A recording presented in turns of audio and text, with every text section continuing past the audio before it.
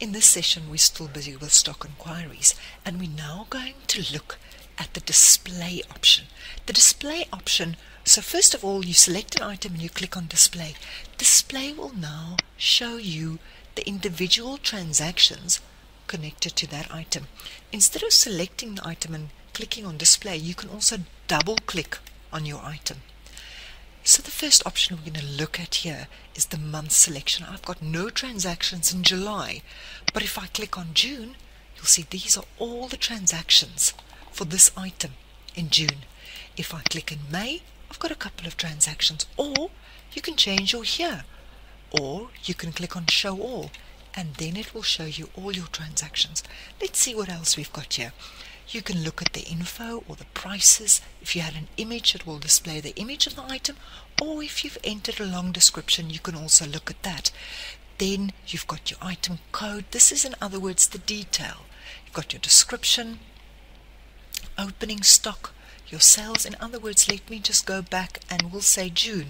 So there's your opening stock, the sales quantity, the credits, how much were adjusted, and what was the closing stock for that month. Then you've got your group detail, your group code, your bin location, your average cost and the latest cost, and the last sale for this item, and what's the current retail price. You have your items here. You'll see the number for each transaction, your code, the transaction date, the reference that we used, and what happened. Here's, for instance, a stock adjustment. I can see that it was a quantity adjustment. That was a cost price adjustment. An invoice, credit note. Here was a stock take that I've done from 40 to 38. So you'll see every single transaction you have here. If you look at this information, you can look at your visible fields, you can change that, you can use your search facility as normal, you can print the document. So I can click on transaction, I can say, please print that document for me, and it will then print my cash sale for me. So I don't have to go to view sales and try and find it. I can print it from here, from under the stock inquiry screen, or you can view the history, the sales history. You can look at your cost levels. I only have one cost level. Remember, if you do a stock adjustment, your cost levels will always be the same for all your items. Then you've got your GL audit. Now the GL audit is not actually applicable in FreePos because IQFreepos does not have the ledger module connected to it.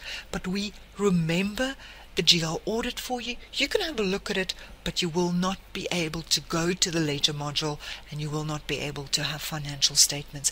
If you do want that, you can upgrade your product. And then the last option will be your report options. If I click on my report option and say preview, it will show me the detail for this item. It even gives me a nice summary, the total for invoices, the credit note, invoices minus credit notes. Remember, purchases and returns is not applicable for FreePos. And that concludes looking at the display option while busy with stock inquiries.